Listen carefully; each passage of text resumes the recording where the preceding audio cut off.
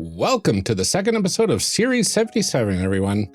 This series, we welcomed Mike from Living Metal Games to talk about their new game, Crucible of Aether, a mystical industrial TTRPG.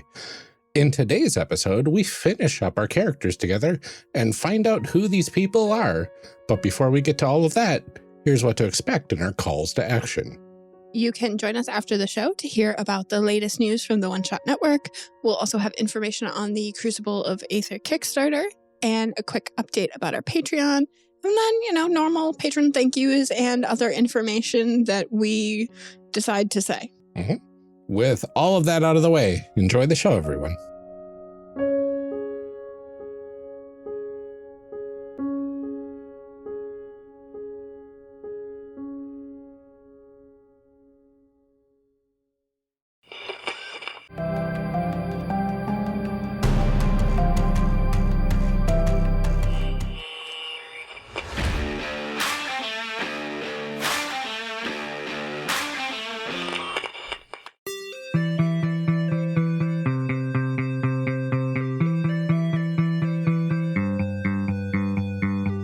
On the last episode of Character Creation Cast, Mike was creating a fox-like Kianosan from Odayan Empire.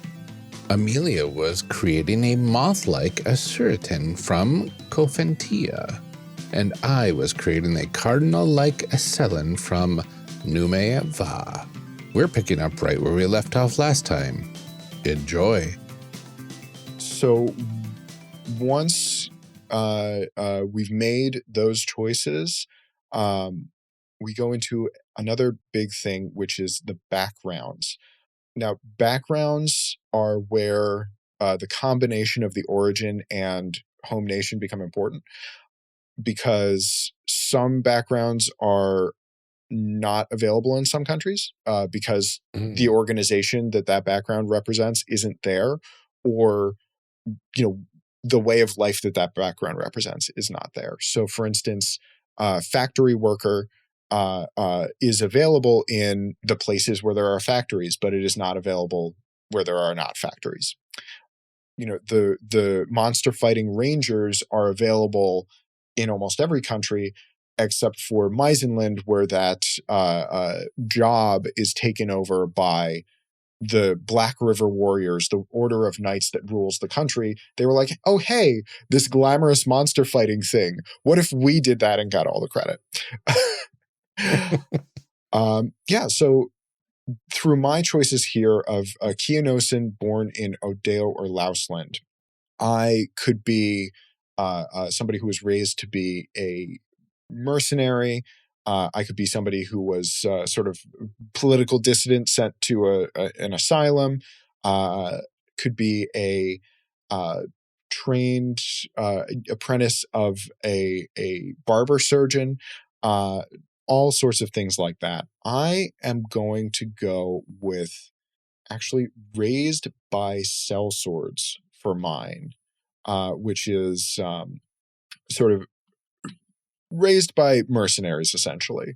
And then what this means is, this is where we're starting to get to our skills.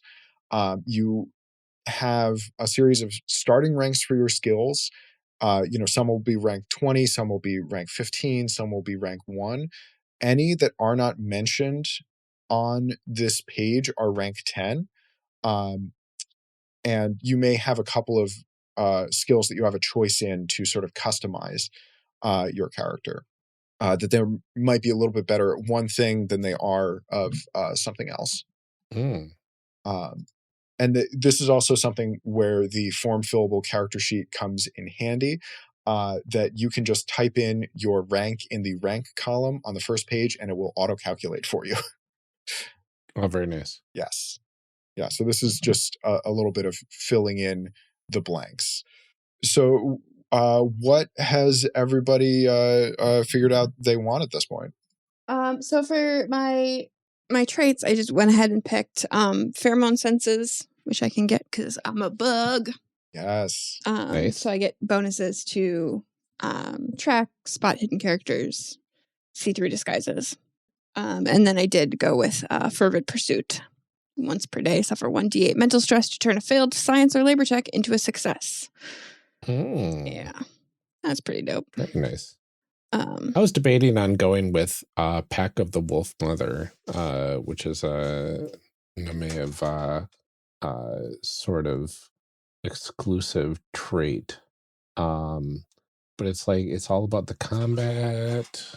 I don't know, maybe my person's good with combat.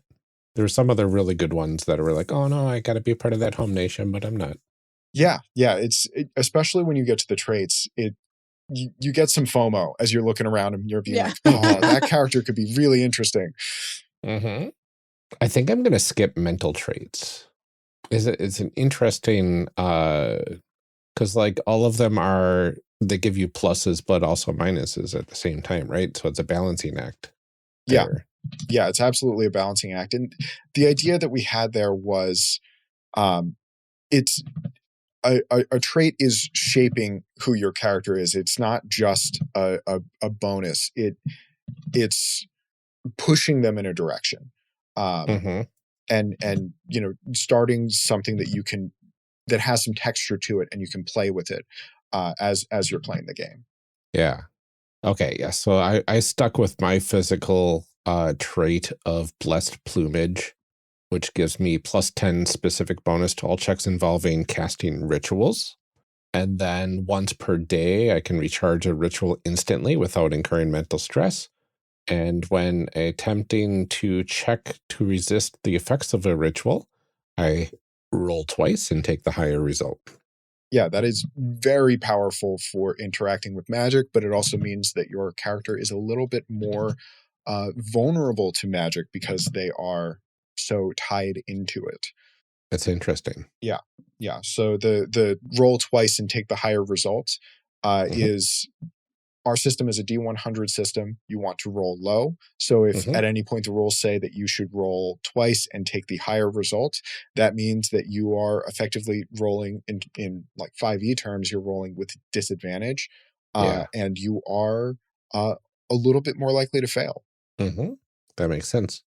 I think I might go barber surgeon's assistant. Oh. I think that might be kind of fun. That's interesting. So then you said for these, I just put like these skill ranks. I would just put that like in the spot where it says rank next to that skill, right? Yep. Right? Am I putting two and two together here? Yep. I should write the rank where it says rank. That be the accurate assumption. Yes. Yeah. And then you'll see, and it should auto calculate the skill total. Yes, it did. Do you start doing that? Yeah. Yep. So what happens when we're actually playing the game is most of the time you're going to be looking at that skill total, and that's what you're going to be rolling against. So for instance, I've built a character who is very physical, very athletic. So for instance, if I were to roll an athletics check, I would be looking at the skill total on the column for athletics, and right now is 50. And I would be rolling that plus or minus the difficulty of the check and hoping to roll low, roll under 50 for a straight check, for instance. Okay. So now, did you say that if it doesn't show the skill on here, it's a rank 10? Yes. Everything defaults to rank 10 unless it's changed by a background. So the background rank 5s and rank 1s are like, you're not very good at these ones. Yes. Okay. So, for instance, my character who was raised by sellswords isn't great at farming. Surprise, surprise. Or, religious things of any kind or philosophy. Not very schooled in that, spending their life as basically an army brat going from camp to camp. Right. And then once you fill in those skills, there's a couple of other things to fill in, one of which is your base HP. That goes on the second page, which also has an auto calculation from your endurance, which is going to influence your hit location totals. If you are familiar with Fallout, you're going to be familiar with hit locations. HP is split among the various hit locations, and it is considered separate for terms of combat. So, for instance, you could try and disarm someone who has something in their hand. You could try and go for a headshot and end combat very quickly. Things like that can play off of the fact that we have split HP in that way. Okay. And then you also have a series of items that are going to be tied to your background. We can fill in the details of those later if you like, or we could dive into them now. Things like armor and weapons, particular kits, or other things that you have in your inventory, as well as any starting money that you have. And I'm going to go ahead and roll that for my character now. And I am rolling particularly poorly. This guy is not going to have a lot of money to his name at the start of the game. That's fine. So should I go ahead and fill in 10 for everything that I didn't put all the other numbers in? Yes. Okay. Yeah. Anything that you did not put numbers in, go ahead and fill 10. And that will be most of the start of it here. Oh my goodness. So I'm going with the background raised by a tradesman. Nice. It should be interesting. It gets me business and diplomacy at a good rate, and then I get 2 labor skills at rank 20, excluding cooking and taming. So labor skills includes things like metalworking and whatnot. Yes. Yeah. It is a particularly powerful, surprise, surprise, being raised by a tradesman is a particularly powerful crafting start. Mm-hmm. Okay. So I'm going to make metalworking a 20. What was my bonus thing I had before for something +2 something or other? So from your origin as an Osirian, you have +2 to mental and physical condition. Oh, okay. And we calculate that in a minute. Okay. So it's not a thing that I missed. Nope. Didn't do it yet. Just kept track of it to use later. That's all that matters. Not very good at pickpocketing. That's rough. Yeah. I'm especially not good with my dex and speed being 7 and 5 respectively. Yeah, I think that's what I ended up putting those at too. I was like, I don't want to have the same stats as Ryan, but also like those are like, here's the thing, no matter what game I'm playing, those would probably be my dump stats. Like, well, actually, strength generally would be, but I kind of needed that for some stuff. So, yeah. So, really made it a little rough. It's fine. As we always say on the show, I'm not going to play this character, so what does it matter? But making characters is always fun. Oh, we love making them. We just have a hard rule that like we will go on to like play these games ourselves, but not with these characters. We don't. We don't get filthy game all over them. Do I do engineering as a secondary? Oh, Ryan. Like I have engineering. Level 20? You have engineering? Engineering is a fun one to be able to do at the table because it's not tied to a particular substance like metalworking or woodworking is. Mm-hmm. The example I always use is talking about like you're facing a locked door and the engineering solution would be like disassembling the lock from outside. So you can be a software engineer and a trained engineer at the same time with that skill. Yeah. Absolutely. You can socially engineer this situation. I was thinking about weaving, but then I saw Dex, and I don't think my character would take up weaving. I had the option of weaving or leatherworking, and I did pick weaving. So, because why not? Maybe I'll work with leather because that plays off of my strengths. I'll do leatherworking as my other level 20 rank skill, which gets me a total of 51 currently.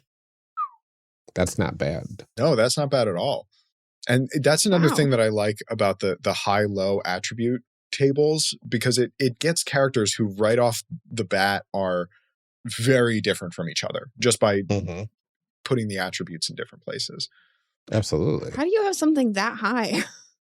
I don't know what I did. I clearly did something wrong here. Like my best, I think, is 49, maybe. 45? My biggest skill was endurance at 17. And then intelligence was 14 as my second highest for my attributes. And then base 20 and then 51. Yeah, I think I just put it in the wrong things, maybe. I don't know. You know what? I'm okay at a lot of stuff. That's what I got. You're fine. You got this. I'm competent. Okay. I so believe in you. base HP. Where do I? So I got base HP of 6. So I see down in the hit locations on the second page, you can put your base HP in there. Yes. Oh, yeah. And then it'll calculate your HP total. And then that's what you Mhm. use for all of the hit locations except for the torso. Torso has an additional 50% HP rounded down. Got it. Wonderful. Yep. So for instance, my character's base HP is 11. And that means my torso HP total is 16. Okay. So mine is 9. So that'd be 9 plus 4? Yes. 13? Yep. All right. Wait, so where are you getting this +4 from? What are you talking about? Half of your total rounded down. Half of my On total the rounded torso. down. Okay, so my total is 7. So that's 3. So 10? Yep. Okay, Mhm. for the torso. And then what are the other ones? The other ones are just the same as the HP total. So there's on the second page, bottom hit locations, there's going to be a number HP total. Mhm. That's what all of your hit locations HP total are, except for the torso, which is an additional 50%. Okay. Mm. Why does it say that my head is 6, though? Oh, I think that might just be leftover from the PDF just being used a lot. Got it. Okay. Yeah, the HP total on the hit locations should match. You have to put that one in manually, Okay. unfortunately. Yeah, so the PDF doesn't match the hit locations HP totals because if you make different decisions in character creation, you could have artificial limbs, and the artificial limbs HP, the augments, are based off of the quality of the augment rather than anything about your character. Got it. Oh, very nice. All right. Total HP. I do like the is 6. malleability there. All right. Yeah. What else do I have here? I have some inventory here. So we get armor, right? Leather gloves, leather apron, leather boots. Where are you getting all that? That's part of my on tradesman. Oh, Yeah. okay. So Yeah, I don't that's on the have those background. things.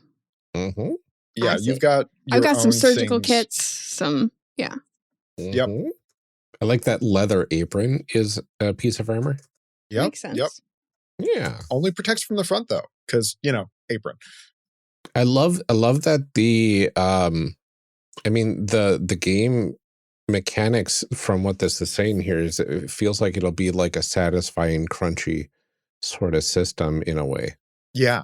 Yeah. It does have a lot of crunch to it, but what we've found is that because it all comes down to the skill checks, that it's just you're building your knowledge on the skill checks and figuring out a way to relate it back to those. So combat, crafting, social interaction, they all build on skill checks and different ways of rolling those. Okay. Amazing. And let's see here. 1d6 doses of salve. I rolled a 5. So that's good. Okay. So then I also get a choice of weapons. Ooh. So I can either have an archery weapon with arrows or bolts, a one-handed weapon, a polearm weapon, or a two-handed weapon excluding a Black River sword. Yes. Okay. So now I just need to find where those choices are. Yeah, so they're going to be on the items chapter. And unless a quality is specified, just assume common quality. Okay. Armor list. Ooh, weapons. There we go. All right. Monies. What, D20? And what is D8? Okay. I'm assuming ranged weapons might require some dexterity. Yes. I don't want a ranged weapon. Yeah. All the ranged weapons in the game do require some dexterity, and if your character is not built for that, it may not be a good time. Mm-hmm. All right. Oh, I like that thought. Okay, Wow. I'm going to put a pin in that one. Other people got all this armor, and I got nothing. What was your background was like with a barber surgeon, right? Well, yeah. Why? I don't know. Maybe I could have an apron. I don't know. Should at least have something that gets my clothes less dirty. That would be great. I'm sure you've got a cloth apron. Well, it's not in my list, so if it's not in your list, it's not in your list. Also, having armor in the game is a choice. You can have characters that are completely capable in combat and are not armored. Because armor also comes with its own trade-offs, its own mechanically, it's an armor penalty where you are less able to dodge or be sneaky, all those sorts of things that, can come back to bite you. Yeah. And so now careers are things that happen like in the game, right? Yes. Okay. But you do start with a career, and that's going to be our next step here. Okay. Just making sure I'm all caught up. Ryan's let's see. Oh, here we go. I want to look at the items because I want to know how much all of these things weigh. A blacksmith's warhammer might be very apropos. Blacksmith's Warhammer is a lot of fun. Actually, the first character I made in COA was a little inventor who spoke softly and carried a big stick. Blacksmith's Warhammer was his go-to, yeah. That's amazing. But you know what? I'm going to go for the aesthetics. My character uses an alley bat, which I assume is basically a baseball bat. Yeah, it is basically a baseball bat, yeah. But specifically, it was developed in cities by factory workers who were trying to blow off some steam and take some time off. I like that a lot. And also, it is not in the play test, but both the factory worker and the union organizer careers both have bonuses to using alley bats because they are a nice little, on the down low way to be packing something. Yeah. Plus, it's a very good Harlequin aesthetic. Yes. Armament. Okay, and I also get 2 kits. Ooh, I found the kits. Yes. So kits are consumables in the game that give you a one-time bonus to a particular skill. So, for instance, a metalworking kit gives you a bonus to a metalworking check. You can use that however you like. It could be to craft something. It could be to repair something. It could be to break something. However you would like to use it. I like that. Okay, so I went with leatherworking and metalworking. So I'm thinking an ironworker's kit and that's interesting. There's a lot of good ones in here. Yeah, we really like the kits as a way also to have a little bit of play for a character that it encourages you to use it, as well as I, as a GM, definitely allow people to be like, oh, hey, the kit says it has this item. Can I use it and use one of its uses to do this thing? Absolutely love that from players. Absolutely. Okay, so it looks like some of this stuff doesn't have weights listed. Yeah, if it doesn't have a weight, yeah. Okay. Don't. Yeah, it was like my cells and my antitoxins and stuff like that don't seem to be. Yeah. Got it. Okay. Yeah, and I'm also just filling out. I got some weapons and armor from my background as raised by sellswords. I picked up an arming sword and a buckler. I'm sort of getting an idea of who this person is as a character as I'm filling it out here. And just weapons and armor have their own particular stats that you can find in the items chapter. And they go on the second page of your sheet in addition to being linked and listed in your inventory. All right. Has everybody filled out the stuff from their backgrounds? I believe so. I'm almost there. I didn't really get sundries, much, so that's fine. Simple clothes and a backpack. Yeah, and it's just... Oh, and then I get to roll for currency. Yes, yeah. My guy could not buy a meal with the money he's starting out with. I don't know. I guess I didn't look to see how much things cost compared to what I have, but I don't know that I have a lot, so... All right, so I've got 1d10 pens. Yes. So that's the base currency. Think of it like $1. Okay. And then how much is an edge? 1/10 of a pen. 1/10. Oh, I see. There it is, currency. Yes. Yeah, it's on the third page there. I guess I could have abstracted then that if I have 16 edge, then I could actually just have 6 edge and add another pen. I wanted to make that easier for myself. You gotta stop copying me because I rolled 16 edge as well. Yeah. I got 5 penned. I have 1. Woo! I'm living it up over here. I am also very not rich. That's okay. Yeah. So one other thing to do is putting your carrying capacity in. This is based off of your strength and goes on the 3rd page, but also if you have something like a backpack or a satchel or something like that, that has some rules that your strength is considered too higher for purposes of calculating this. So you can walk around unencumbered up to twice your strength, or walk around at half speed up to 4 times your strength. Oh, I didn't look at what my backpack did.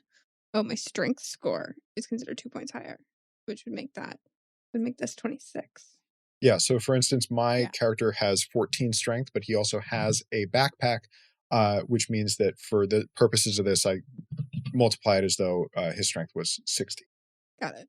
I do like that the armor that you have goes into each hit location, and theoretically you can have different armor on your left arm compared to your right arm. I mean, you could generally. We encourage people to just have, the matching sets. It makes it easier, right? Yeah. I as a GM, if somebody wanted to, would absolutely be like, yeah, sure, we can have you have a different set of armor. I found 1 good studded leather bracers, and I'm going to use it. Yeah. Yeah, absolutely. That would be really cool. All right. So once everybody has all the stuff from their backgrounds, now we choose the starting career, which is kind of think of it of where your character is moving at the start of the story, before the dice hit the table. And I am going to lean into some of the stuff from my background and what I've chosen already. Very on the ball, very perceptive, likes darkness, not strong people skills. I'm going to say this character is going to be a ranger. They are an order of monster hunters, just sort of clearing out the ruins that are then used for industry. I'm going to say that's probably the way he's been able to make his meager living so far, is using the skills he picked up from his parents to make a little bit of coin hunting monsters in the darkness. Going to be a ranger, and we've got some flavor text that accompanies both the home nations as well as the backgrounds and the careers, so that as you're reading about what character choices you're making, you're learning a little bit about the world. Yeah, so their rangers are a little bit of a civic order, a little bit of a government order. They just pay the people who are willing to go in and do the nasty work of clearing out the ruins of monsters so that the people outside can be safe. And that is where this character is going to start, as a ranger. And as part of choosing a career, I also get to choose my first mastery, which is the first layer of the careers. And you can go down into the careers different ways, sort of just following the arrows of the decision tree. I'm going to say that I'm going to get the Monster Hunter trait to start, the Monster Hunter mastery to start, which means that I'm a little bit better at tracking monsters.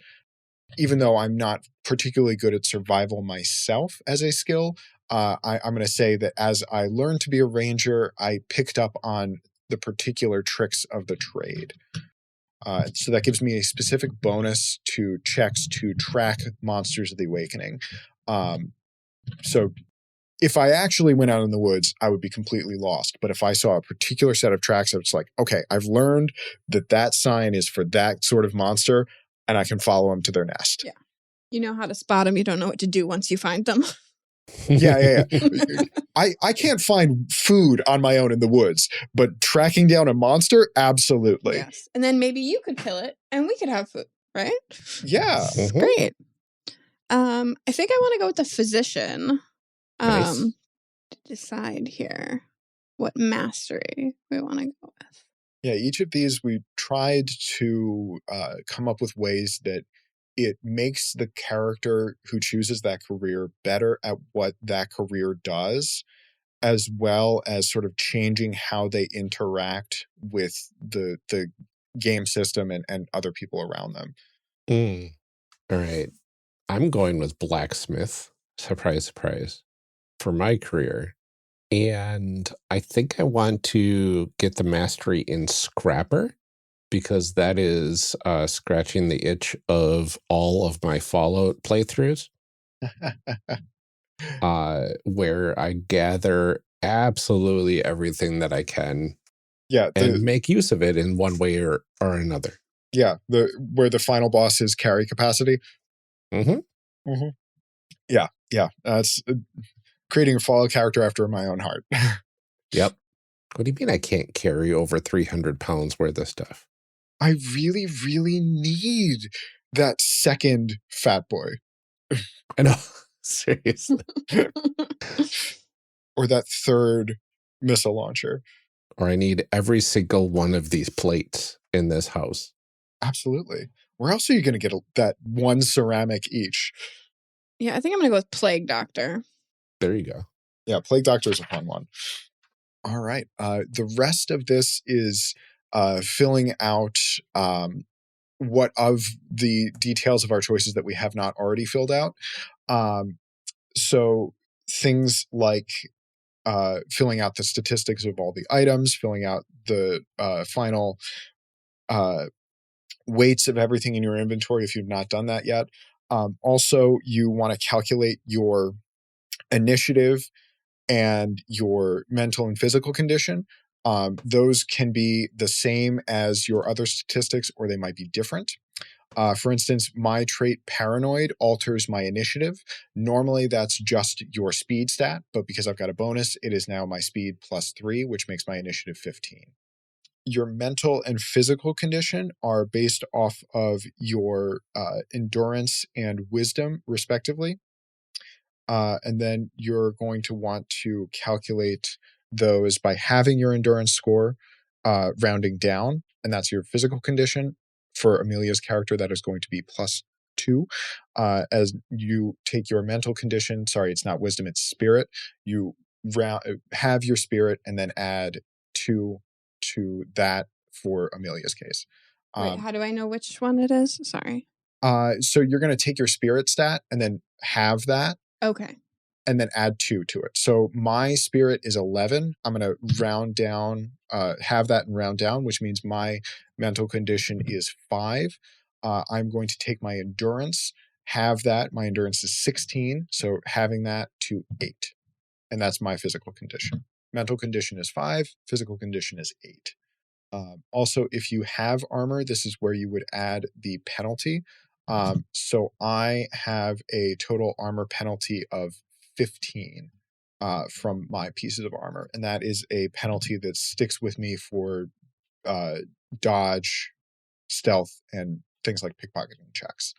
I think my leather armor doesn't have any penalties like that. Yeah.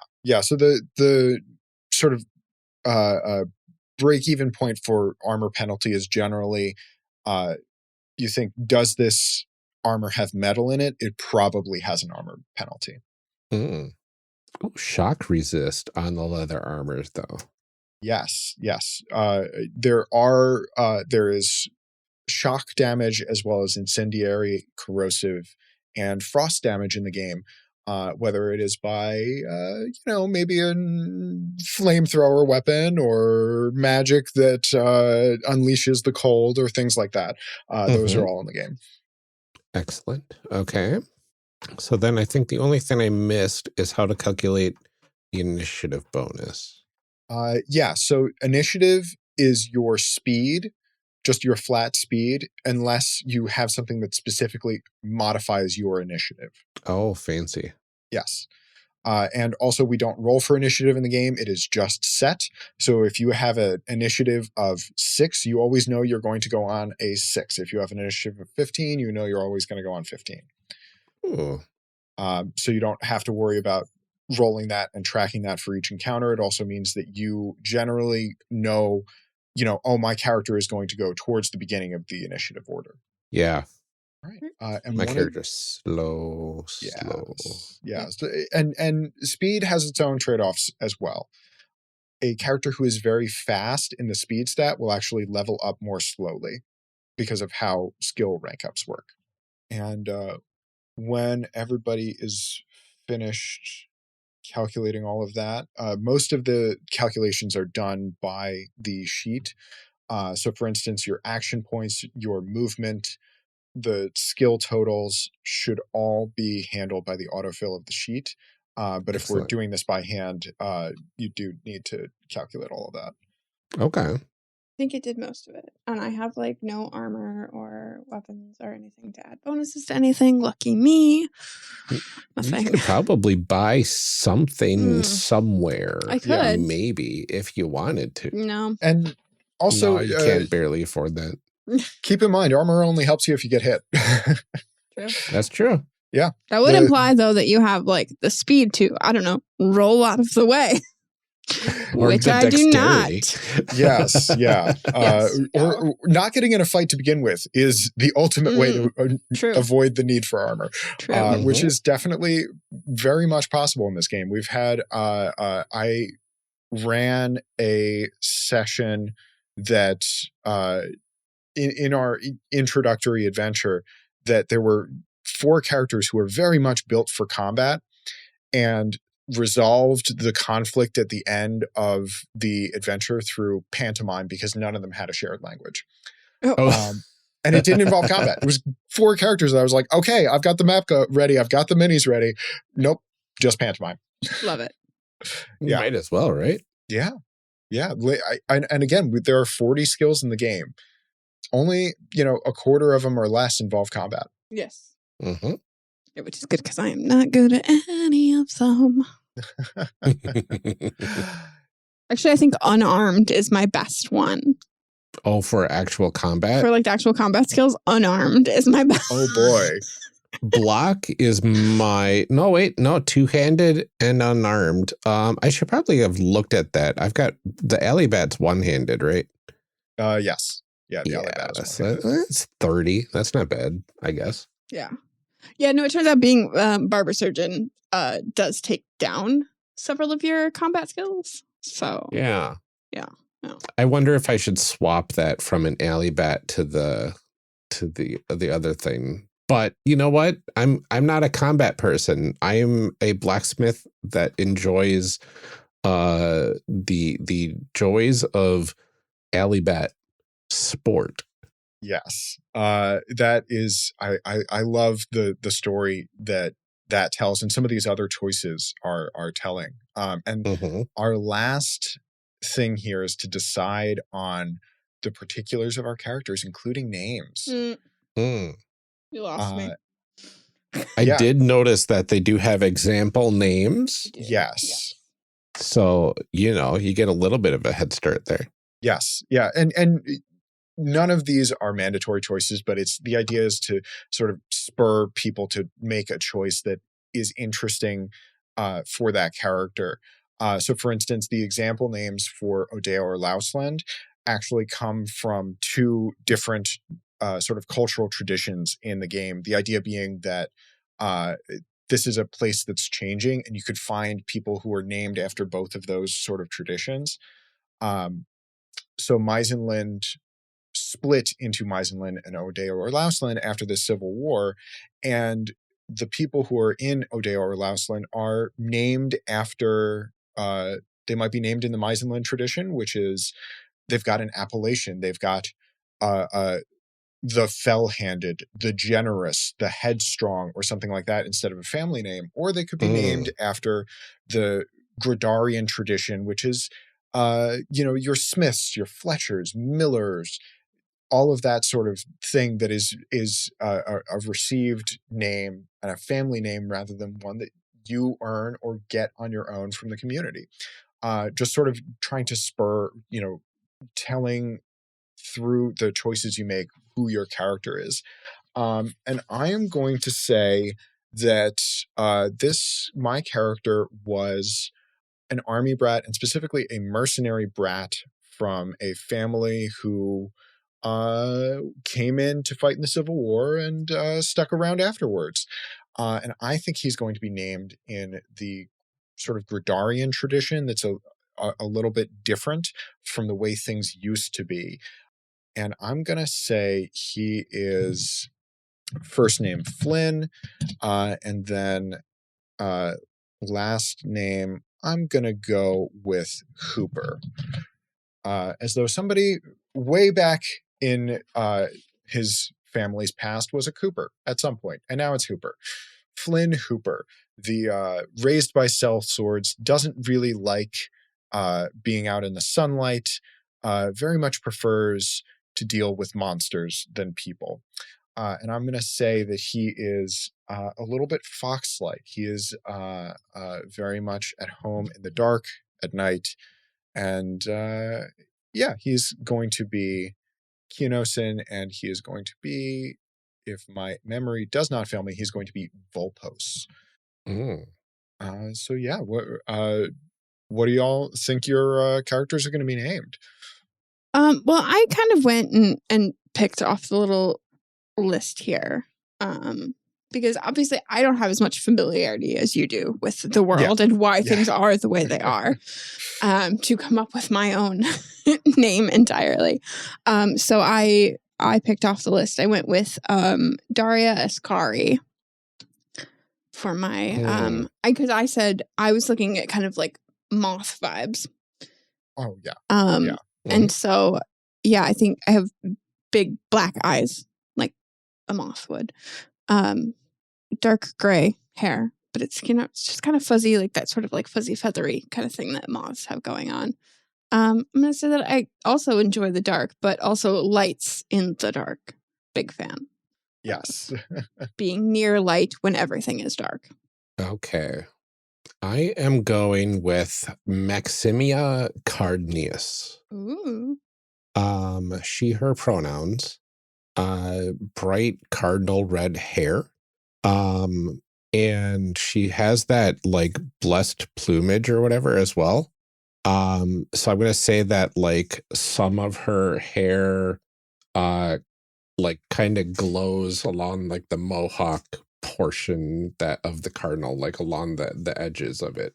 Yes, I love that. And then she's got the brown eyes of the traditional northern cardinals. And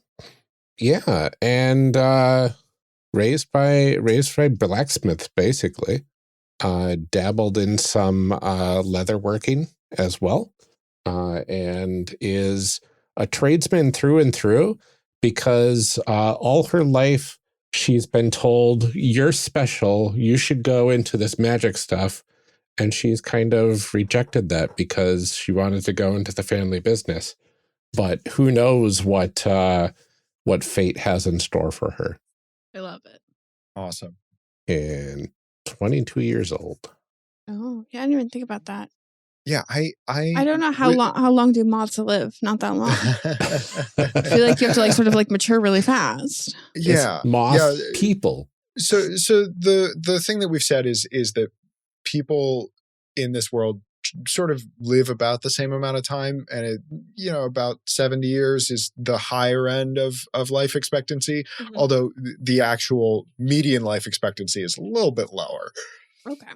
Well, I feel like if we're going to say, like, I'm already a physician, so I'm going to say this moth lady is about my age. We're going to say 35.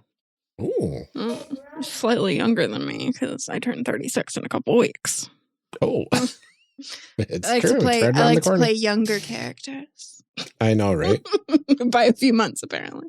Yeah. Mm-hmm. Yeah. I'm going a good bit younger with Flynn here, because hunting monsters is a young man's game. For sure. Like there's for sure.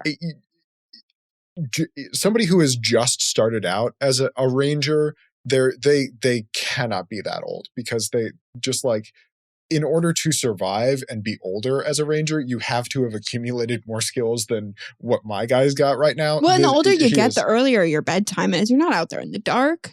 Exactly. Exactly. Come or on. you're out That's there for the young at the kids. other end of the dark Right. before the sun comes up. Right. Right. Yeah. No, I'm thinking at most this guy is 19. Yeah, so that's a great question. Is it after the sun sets dark or before the sun comes up dark?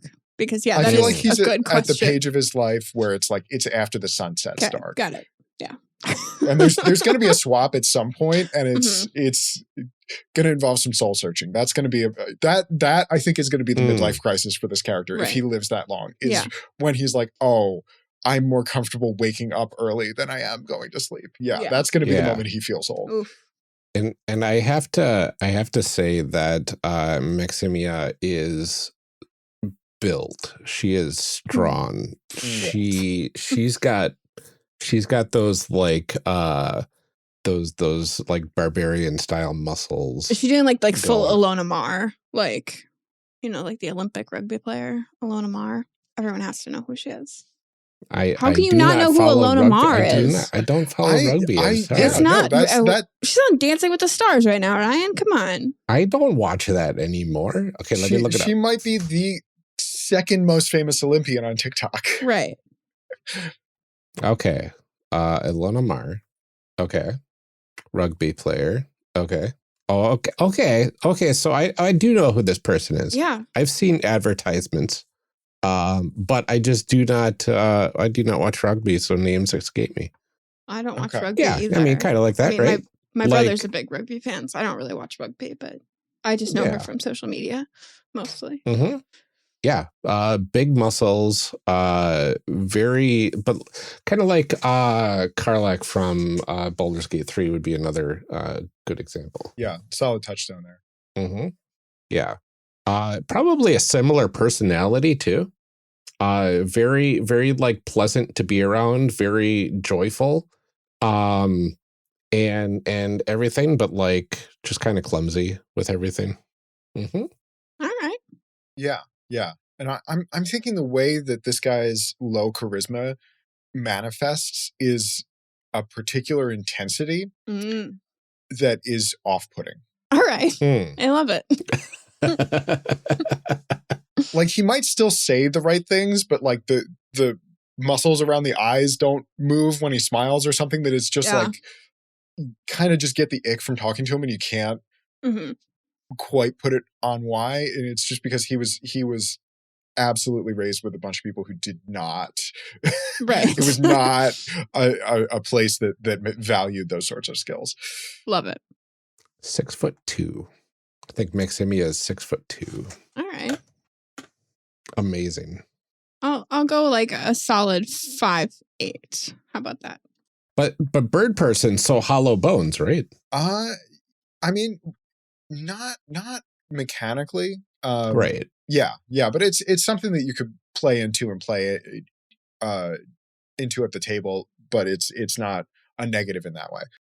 I think she's like super built, super tall, but like lighter than she looks. All right. Still not super light, but like lighter than she looks. Okay. Yeah. That makes sense. Mm-hmm.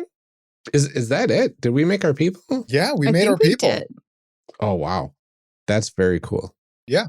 For the crunch that our system has, it goes really quickly. It really does. To make a character. Yeah, I think having like those backgrounds and careers and stuff, like where it kind of groups everything for you, makes it really easy. Because you really are more picking like packages of things, kind of. It's got that good level of like creative and like creative decision making about your character without being like, here's everything, ready, go. Yeah. And it's sort of, we've got a series of choices, and each of those choices also has consequences. That like a background that makes you have very high martial skills. You start off with armor and weapons and stuff like that. Also comes with it, you might not have great social skills, or you might not be good at crafting things or cooking or agriculture or all of these other things. That you make a choice, and there are also the consequences that come with that choice that help build out the character immediately. That's very cool. I like it. I also like that this is just the starting point for the character, and that like they will organically grow. Like, because I'm already thinking of stuff that we're going to talk about in the fanfic portion in the next episode about like what this character's goal is towards and everything. And that's pretty cool. I like it. Yeah, awesome. I'm glad we got to make some characters together. Yes. All right. I just realized there's a little check box at the very bottom on the last page that says this character is dead. Well, I just saw that. Yes, I love that. I love that little bit. That's Tim, so good. It's great. And there's also fun things that GMs can do with characters that are already dead. Ooh, that's exciting. Yeah. We will have to talk about that. Mm-hmm. Oh, I accidentally checked the box. I did not mean to do that. Don't do it. Oh, man, you died in character creation. I did. It was an accident, I swear. Never happened yet, but this could be the first time, Ryan. I know, right? I mean, if you start as undead, did you die in character creation? Oh, that's a good point. Oh. Technically, maybe. I mean, it's right there. It is right there. Dead is in the name. Mm-hmm. But I'm not dead anymore, so. I got better. I got better. Mm-hmm. Oh, gosh, that was so much fun. Mike, thank you so much for joining us for our Crucible of Aether character creation episodes. This was a blast. I love our little guys. Yeah, thank you so much for having me. This has been fun to make characters together, and I like the stories that emerged as we were making the characters and figuring out who they were. Mm-hmm. Can you remind everyone where they can find you online and what you're up to? Yeah. You can find me at all of our socials, Aether_Crucible, except for Bluesky, where it's Crucible of Aether. And we are going to be putting up our Kickstarter preview page very soon. So keep an eye out for that. Excellent. And thank you to everybody for listening. Please join us in the next episode for our discussion block. Call to action. Yeah, like that. So we made all of our decisions. I think when we do characters, they really come together when we get to our fanfic. So fear not, heroes.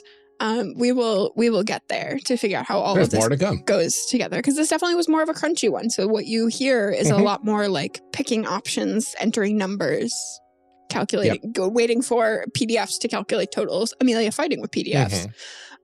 Yes, having strong feelings about PDFs. But yeah, I mean, it was interesting because I don't think we've done a crunchy system in a while, other than Palladium stuff, which I think at least on this show kind of falls into a different category, because it's very much like, how can I get out of this? As opposed to like when we do those games, we are not showcasing the system. We are showcasing how frustrated everyone can make Amelia.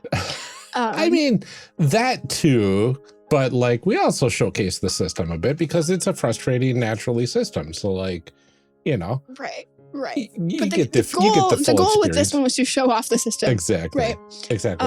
So yeah, I think it was interesting to finally get to do something in a little more crunchy of a system and kind of see, especially the ways that like game designers can make that easier for people too, which I think we get into a little more in our discussion about how helping people balance that kind of crunch and fun. Yeah, absolutely. But it was cool to kind of make characters that had some more stat heavy kind of stuff. Yeah, and it was interesting coming into this cold with like the amount of rich history of the world that there is, and like kind of getting the crash course of where things sit. And then by the end of character creation, we have a little chunk of that history in our characters that we've learned just through that process. So it's interesting to see kind of how that will evolve over time the more you play a game like this. We have not very often come into lore-heavy games without it being something that one of us was already like really into. Like obviously when we cover Legend of the Five Rings, like that is a lore-heavy game. Very, like I'm still reading the novels because they're still coming out and they're very good. Yeah. Just you want to read those Daidoji Shin mysteries? Oh, so good. Oh, love them. I love a good detective novel, especially with a ambiguously queer sexual character, whatever. Anyway, great. Yeah. But yeah, those are ones obviously that like I knew the lore, and so I could kind of fill in some of those blanks and stuff. And so it's interesting coming into one where I was like, I don't know what any of this means.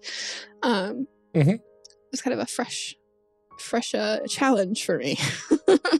Mm-hmm. Yeah, but it was interesting, and it was easy to pick up the way it's been presented so far. Yeah. So I'm really excited to see what the full game kind of entails, Mm-hmm. and all the additional options that are going to be in it, because like it's a lot to kind of juggle as a game designer. Definitely. So it's really interesting and ambitious of what they're doing with this. Yeah, I'm also excited for people to hear kind of some of that fanfic too, to really kind of get into the world a little bit, or the slice of the world that we made up. I don't know. It's like, I don't know that we really Right, exactly. like played a ton with the lore, but you know, I'm excited for people to hear. I'm always excited for the fanfic though. So. It's got good vibes. Yeah. We're just here for the vibes. Before we let you go for the day though, calls to action. Yeah. So first up, if you like what you have been hearing about Crucible of Aether so far, their Kickstarter pre-launch page is live. You can find that down in the show notes. Head right over there to sign up to have Kickstarter notify you when it launches. So absolutely check it out. And I know that pre-launch notifications are kind of a huge metric for potential success for a Kickstarter. So it'd be awesome if you had it then over there and helped contribute. Yeah, it helps their algorithm make it be on the first page and all that kind of stuff. Like, it does actually do something. Yeah. I don't know. Something with the numbers and the stuff. Yep. That's math. That's math. That's science. It's magic. Currently, if you head over to the One Shot Network Patreon, you can hear all of our Session 0 for the Chimera AP that will be appearing on the One Shot podcast feed at some point in the near future.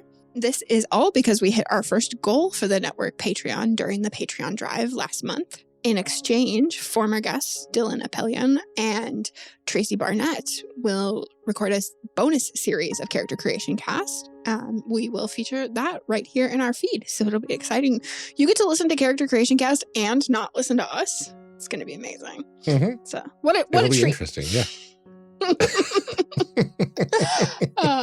We'll have more information about that as those events solidify. We have to kind of figure out dates for everybody, and you know, when we can make it all happen. But it is coming. It is coming, absolutely.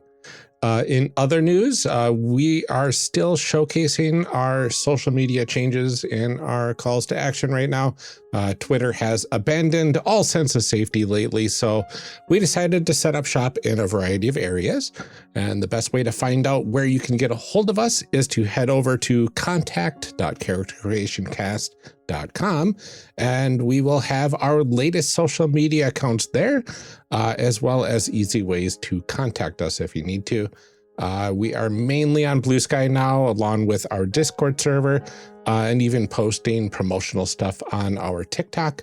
And all of that can be found in our show notes right on the bottom of that as well. Next up, we have new stickers on the way for our campaign level backers. It took me forever to make them because sometimes creative ideas just don't come to you. I am sorry, everyone. You will get stickers. That is for our $10 level of our Patreon, and it nets you a sticker that we exclusively put out for the Patreon as long as we have the stickers on hand. So if you join the $10 level now, you will get all of the previous stickers as well. It's an excellent way to support the show and show off your love of tabletop RPGs. I usually make them kind of episode specific or series specific. Sometimes it's just in jokes from the show. They're fun little designs. I like them very much. Absolutely. If you head over to our Patreon, even at the free level, you'll be able to preview a bunch of the new stickers that'll be coming out for backers very soon. It's been a busy few months for both of us. We're so sorry it's taking so long. But I did sit down last night and get the last few out, and Ryan is ordering them. So they will be to you soon. I promise. Thank you for your patience. I love you all. I do want you to have stickers. Sometimes ideas are hard. I love you anyway. I hope you love me anyway, we'll too. Get there. We all do. You can also head to our Patreon at patreon.com/charactercreationcast and find information of the other various tiers that we offer. The free tier gets bonus outtakes and any updates we throw out there at that level. $1 a month gets you access to all of our Chit Chat episodes where Amelia and I attempt to sit down and catch up on life together. Sometimes we talk about game stuff. We're trying to get those out. We really are. I told Ryan earlier, I was like, we haven't had Chit Chats much because lately for me, they would just be trauma dumps. And I don't feel like that's good. We don't want trauma dumps. Do you want to pay to listen to Amelia trauma dump? I mean... Look, hopefully after this family intervention with this therapist, everything will be fine. And we can go back to talking like normal people. $5 a month gets you exclusive bonus episodes, early release and ad-free episodes, as well as 3 custom C3 branded D6s that match the colors of our logo, as well as thank you notes and a bunch of other cool stuff. And then, of course, $10 gets you the Sticker of the Month Club, as we mentioned before. Every little bit helps, so if you are able to part with even $1 a month, it would help tremendously. For now, we'd like to thank our current patrons as normal. Your support truly helps us out a great deal. It helps pay for our website. It helps us just make all of the things happen to, get these stickers out to you. And honestly, just generally to all of the boring background stuff. For our recording service and our Dropbox to host things. And, I'd love to be like, it helped us do this great big thing, but it's like, it helps us not lose our audio. So it is really important stuff that matters that makes this show happen. So let's get us started here. DJG, Tigranosaurus, Eric Ponce, and Daryl Holiday II, thanks for helping us make this show. Shadim Cabal, The Shyest Barbarian, and Benjamin Sweetie, thanks for supporting our dreams. Rob Fletcher, Kevin Brown, and Tentacle Duck, thanks for believing in us.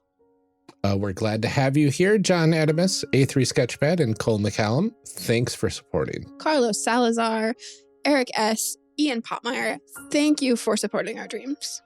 Liam G., Brian Colm, and Garden GM, thank you all for your support. Tanglefoot, Blue Kryptonite, and Danny, we can't thank you enough, but here we go again. Thank you. Nicole Trainer, Liam Murray, and Kenning, thanks for helping us make this show. Brian Kurtz, Mark E. Fair, and Drew Owen, thank you. And thank you to all of our future patrons. We are currently under our operating budget every month between the podcast costs and the Patreon rewards, so we need your help to get us back to a sustainable level. If you are able to chip in even a little bit, or even just sign up for the free tier to get exclusive updates, that would mean the world to us.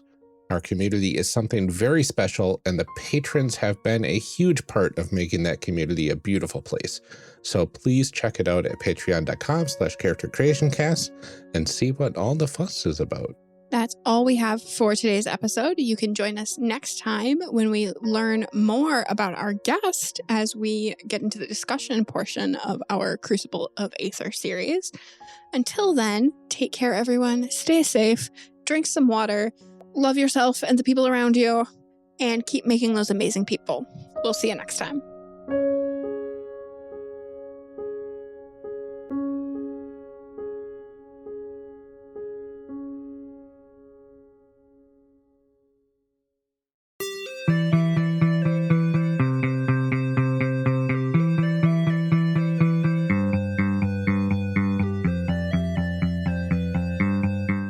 Character Creation Cast is a production of the One Shot Podcast Network and can be found online at www.charactercreationcast.com.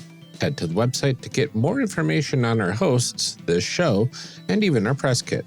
Character Creation Cast can also be found on Twitter and Bluesky at CreationCast, or on our Discord server at discord.charactercreationcast.com. I'm one of your hosts, Ryan Bolter, and I can be found on Twitter and Bluesky at Lord Neptune or online at lordneptune.com. Our other host, Amelia Antrim, can be found on Twitter and Bluesky at Ginger Reckoning. Music for this episode is used with a Creative Commons license or with permission from the podcast they originated from. Further information can be found within the show notes. Our main theme music is Hero Remix by Steve Combs and is used with a Creative Commons license. This podcast is owned by us under Creative Commons. This episode was edited by Ryan Bolter. Further information for the game systems used and today's guests can also be found in the show notes. If you'd like to support our show, find us on Patreon. Get access to bonus episodes, exclusive merch, and much more at patreon.com/charactercreationcast. Thanks for joining us. And remember, we find that the best part of any role-playing game is character creation. So go out there and create some amazing people. We'll see you next time.